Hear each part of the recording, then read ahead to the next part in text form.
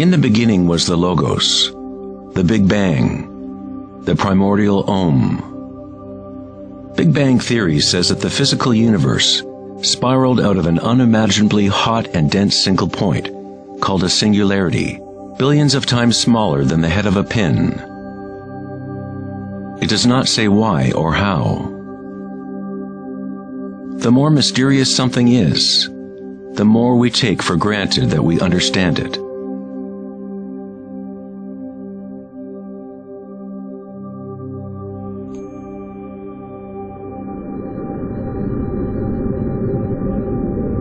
It was thought that eventually gravity would either slow the expansion or contract the universe in a big crunch. However, images from the Hubble Space Telescope show that the universe's expansion seems to be actually accelerating, expanding faster and faster as it grows out of the Big Bang. Somehow, there is more mass in the universe than physics predicted. To account for the missing mass, physicists now say that the universe consists of only 4% atomic matter, or what we consider normal matter.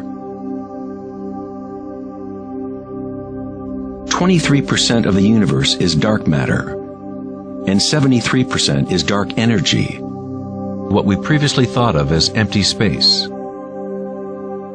It is like an invisible nervous system that runs throughout the universe, connecting all things.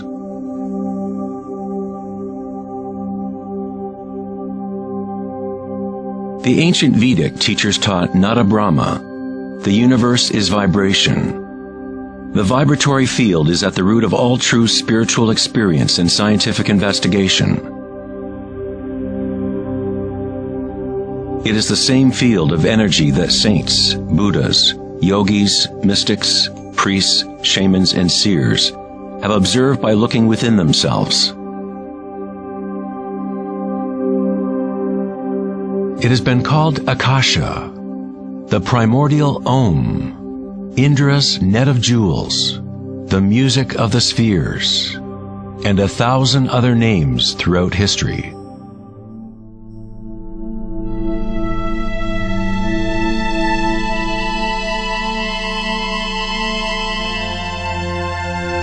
It is the common root of all religions,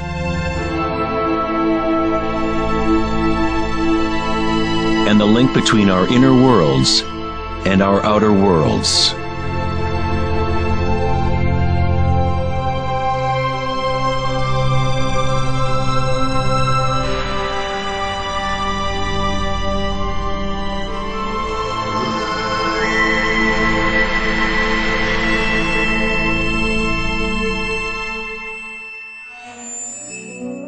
In Mahayana Buddhism in the 3rd century, they described a cosmology not unlike the most advanced physics of modern day. Indra's net of jewels is a metaphor used to describe a much older Vedic teaching, which illustrates the way the fabric of the universe is woven together. Indra, the king of the gods, gave birth to the sun and moves the winds and the waters. Imagine a spider web that extends into all dimensions. The web is made up of dewdrops, and every drop contains the reflection of all the other water drops. And in each reflected dewdrop, you will find the reflections of all the other droplets. The entire web in that reflection, and so on to infinity. Indra's web could be described as a holographic universe, where even the smallest stream of light contains the complete pattern of the whole.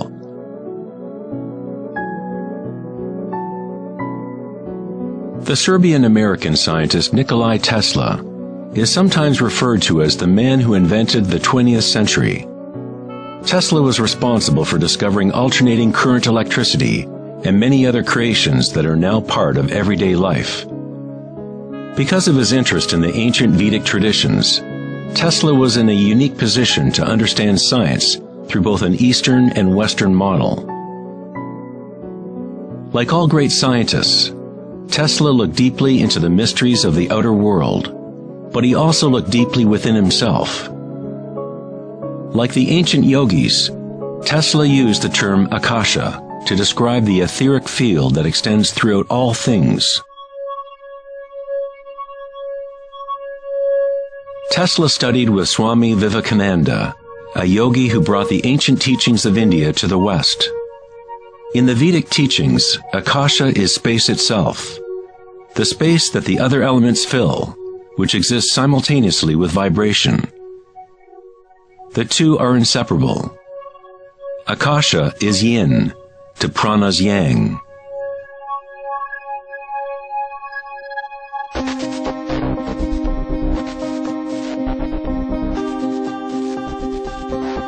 A modern concept that can help us to conceptualize Akasha, or the primary substance, is the idea of fractals. It wasn't until the 1980s that advances in computers allowed us to actually visualize and reproduce mathematically the patterns in nature. The term fractal was coined in 1980 by mathematician Benoit Mandelbrot, who studied certain simple mathematical equations that, when they are repeated, produce an unending array of changing mathematical or geometrical forms within a limited framework. They are limited, but at the same time, infinite. A fractal is a rough geometric shape that can be split into parts, each of which is at least approximately a reduced size copy of the whole pattern, a property called self-similarity.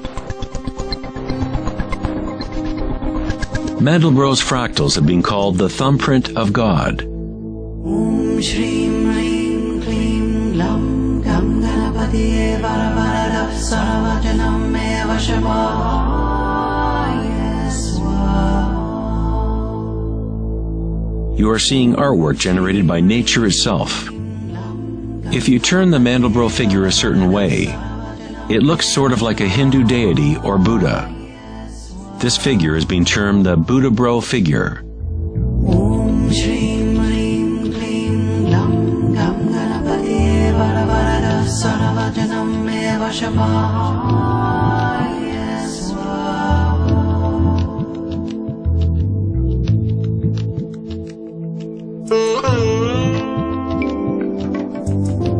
If you look at some forms of ancient art and architecture, you will see that humans have long associated beauty and the sacred with fractal patterns.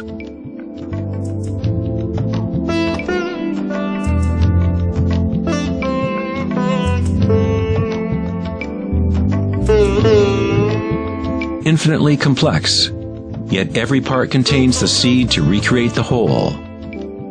Fractals have changed mathematicians' views of the universe and how it operates. With each new level of magnification, there are differences from the original. Constant change and transformation occurs as we traverse from one level of fractal detail to another. This transformation is the cosmic spiral, the embedded intelligence of the matrix of time-space.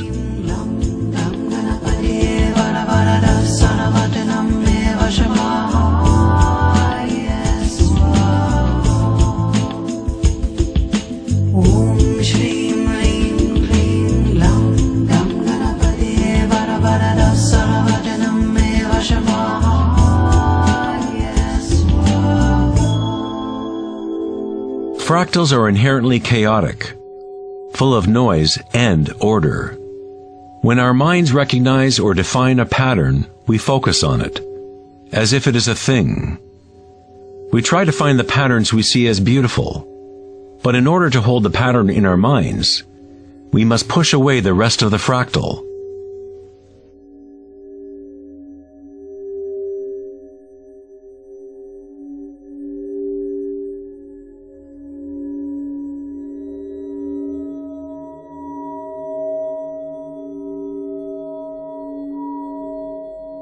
To comprehend a fractal with the senses is to limit its movement.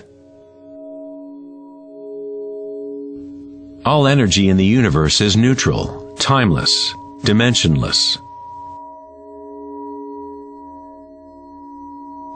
Our own creativity and capacity for pattern recognition is the link between the microcosm and macrocosm, the timeless world of waves and the solid world of things.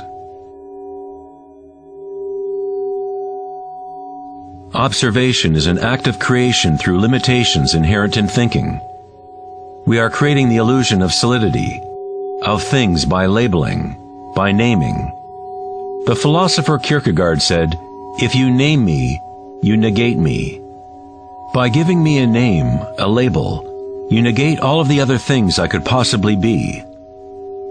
You lock the particle into being a thing by pinning it down, naming it.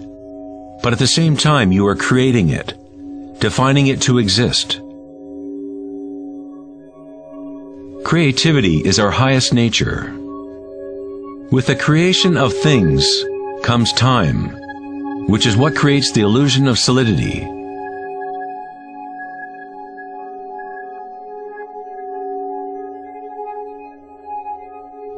Einstein was the first scientist to realize that what we think of as empty space is not nothing.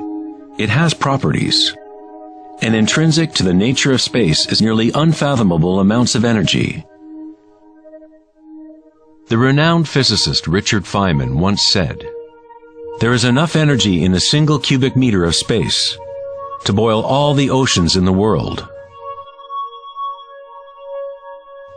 Advanced meditators know that in the stillness lies the greatest power.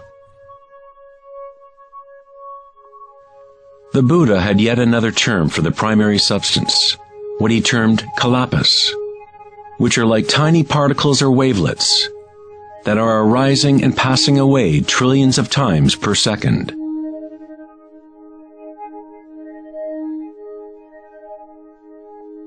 Reality is, in this sense, like a series of frames in a holographic film camera, moving quickly so as to create the illusion of continuity. When consciousness becomes perfectly still, the illusion is understood, because it is consciousness itself that drives the illusion.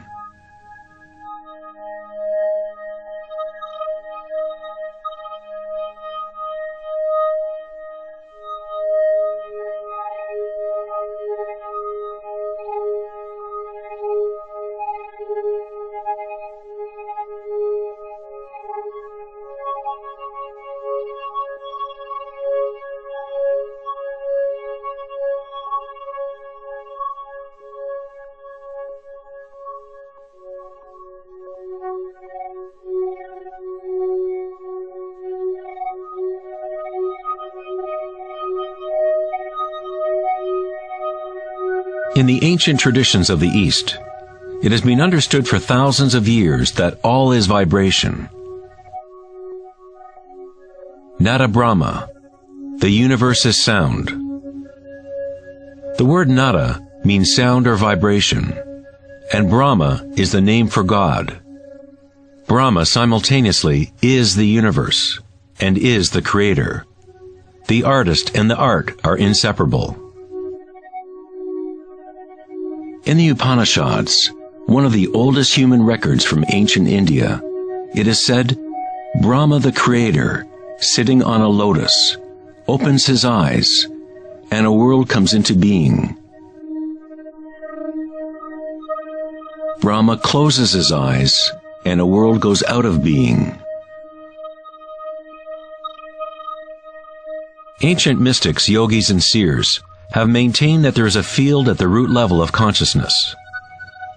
The Akashic field, or the Akashic records, where all information, all experience, past, present, and future, exists now and always.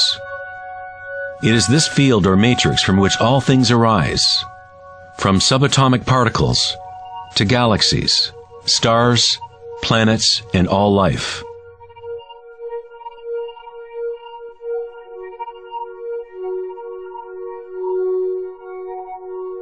You never see anything in its totality, because it is made up of layer upon layer of vibration, and it is constantly changing, exchanging information with Akasha. A tree is drinking in the sun, the air, the rain, the earth. a world of energy moves in and out of this thing we call a tree. When the thinking mind is still, then you see reality as it is, all aspects together. The tree and the sky and the earth, the rain and the stars are not separate. Life and death, self and other, are not separate, just as the mountain and the valley are inseparable. In the Native American and other indigenous traditions, it is said that everything has spirit, which is simply another way of saying everything is connected to the one vibratory source. There is one consciousness, one field, one force that moves through all. This field is not happening around you. It is happening through you, and happening as you. You are the you in universe. You are the eyes through which creation sees itself. When you wake from a dream, you realize that everything in the dream was you. You were creating it. So-called real life is no different. Everyone, everything is you. The one consciousness looking out of every eye. Under every rock.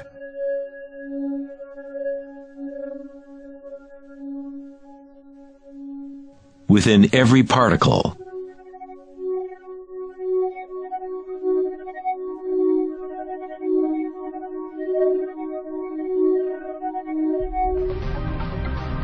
International researchers at CERN, the European Laboratory for Particle Physics, are searching for this field that extends throughout all things.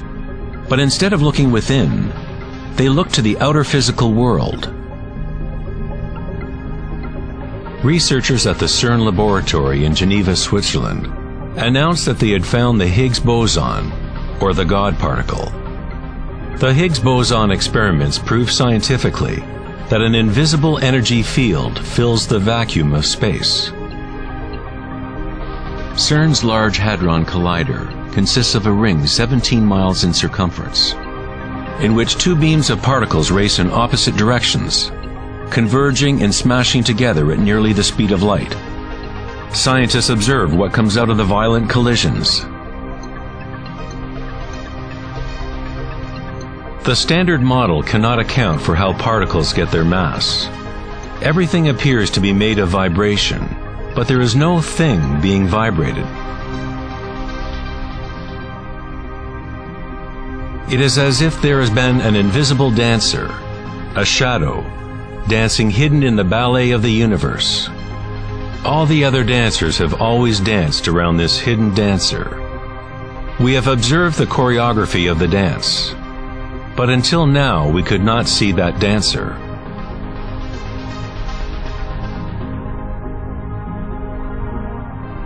The so-called God particle, the properties of the base material of universe, the heart of all matter which would account for the unexplained mass and energy that drives the universe's expansion.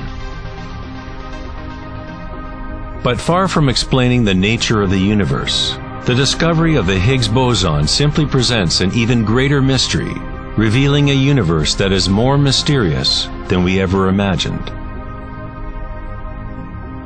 Science is approaching the threshold between consciousness and matter.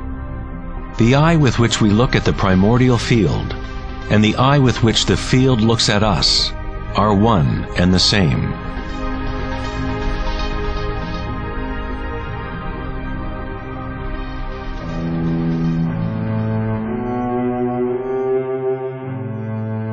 The German writer and luminary Wolfgang von Goethe said, "The wave is the primordial phenomenon which gave rise to the world." Cymatics is the study of visible sound. The word cymatics comes from the Greek root cyma, which means wave or vibration.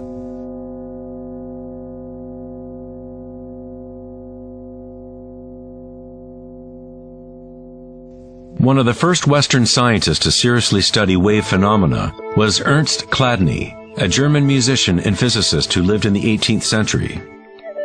Chladni discovered that when he spread sand on metal plates and then vibrated the plates with a violin bow, the sand arranged itself into patterns. Different geometrical forms appeared depending on the vibration produced.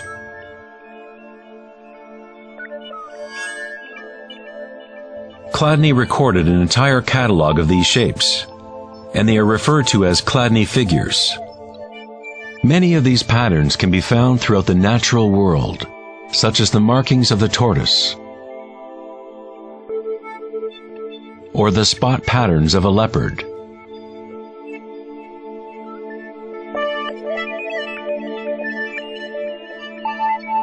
Studying Chladni patterns or cymatic patterns is one secret way in which high-end guitar, violin, and other instrument makers determine the sound qualities of the instruments they make.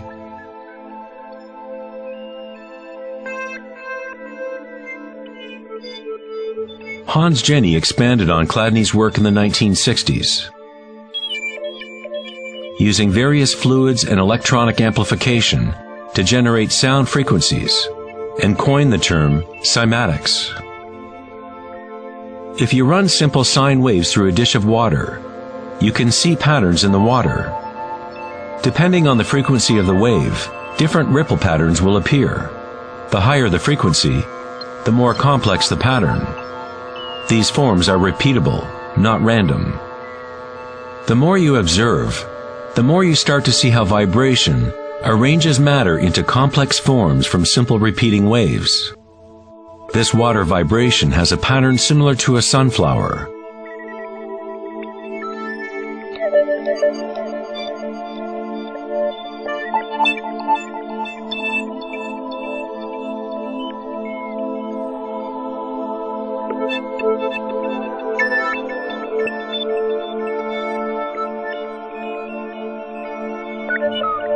Simply by changing the sound frequency, we get a different pattern.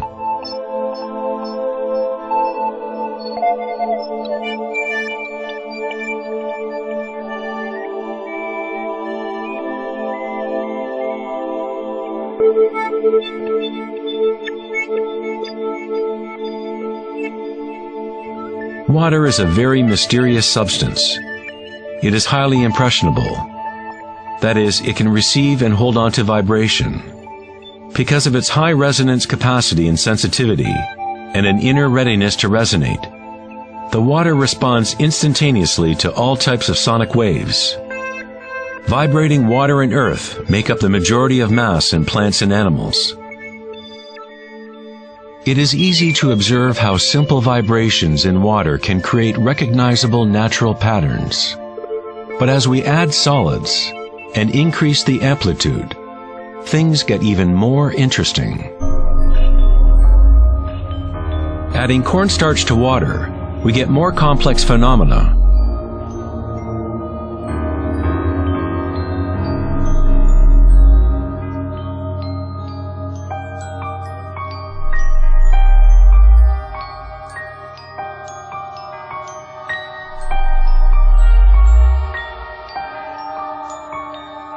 Perhaps the principles of life itself can be observed as vibrations move the cornstarch blob into what appears to be a moving organism.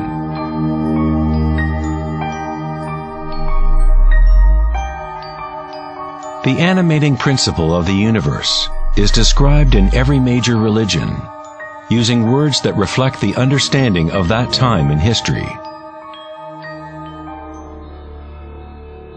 In the language of the Incas, the largest empire in pre-Columbian America, the word for human body is Alpa Kamasca, which means literally, animated earth. In Kabbalah, or Jewish mysticism, they talk about the divine name of God, the name that cannot be spoken. It cannot be spoken because it is a vibration that is everywhere. It is all words, all matter. Everything is the sacred word. The tetrahedron is the simplest shape that can exist in 3 dimensions. Something must have at least 4 points to have physical reality. The triangle structure is nature's only self-stabilizing pattern. In the Old Testament, the word tetragrammaton was often used to represent a certain manifestation of God. It was used when talking about the Word of God, or the special name of God, Logos or primordial Word.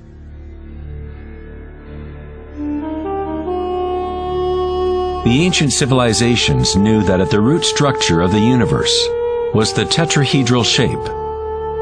Out of this shape, nature exhibits a fundamental drive toward equilibrium, Shiva, while it also has a fundamental drive towards change, Shakti.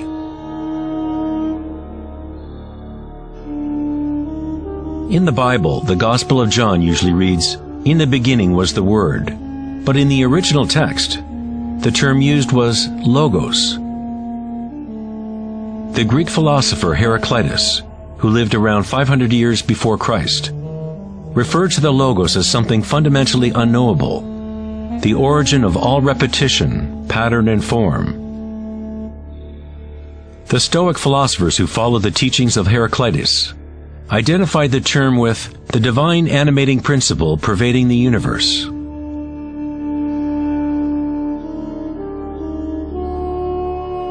In Sufism, the Logos is everywhere, and in all things. It is that out of which the unmanifest becomes manifest.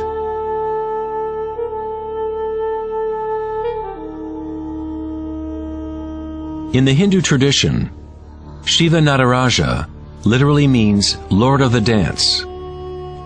The whole cosmos dances to Shiva's drum. All is imbued or ensouled with the pulsation. Only as long as Shiva is dancing can the world continue to evolve and change. Otherwise, it collapses back into nothingness. While Shiva is representative of our witnessing consciousness, Shakti is the substance or stuff of the world. While Shiva lies in meditation, Shakti tries to move him, to bring him into the dance. Like yin and yang, the dancer and the dance exist as one. Logos also means unconcealed truth. He who knows the Logos knows the truth.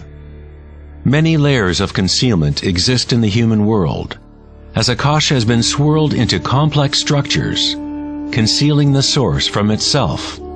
Like a divine game of hide and seek, we have been hiding for thousands of years, eventually forgetting about the game completely. We somehow forgot that there was anything to find. In Buddhism, one is taught to directly perceive the Logos, the field of change, or impermanence within oneself through meditation. When you observe your inner world, you observe subtler and subtler sensations and energies as the mind becomes more concentrated and focused. Through the direct realization of anicca, or impermanence at the root level of sensation, one becomes free of attachment to transient external forms. Once we realize there is one vibratory field that is the common root of all religions, how can we say, my religion, or this is my primordial Om, my quantum field?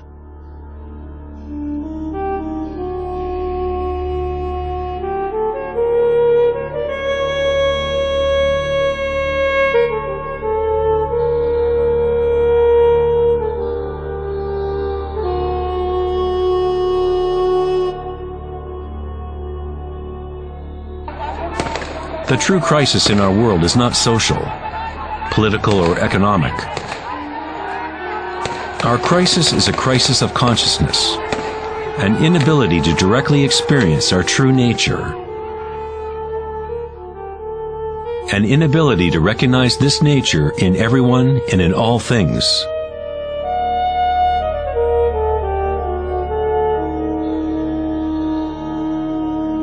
In the Buddhist tradition, the Bodhisattva is a person with an awakened Buddha nature. A Bodhisattva vows to help to awaken every being in the universe, realizing that there is only one consciousness. To awaken one's true self, one must awaken all beings.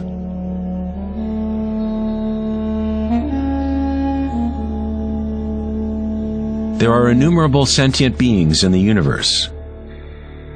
I vow to help them all to awaken. My imperfections are inexhaustible. I vow to overcome them all.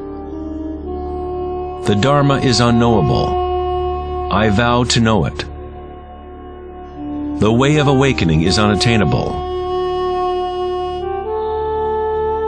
I vow to attain it.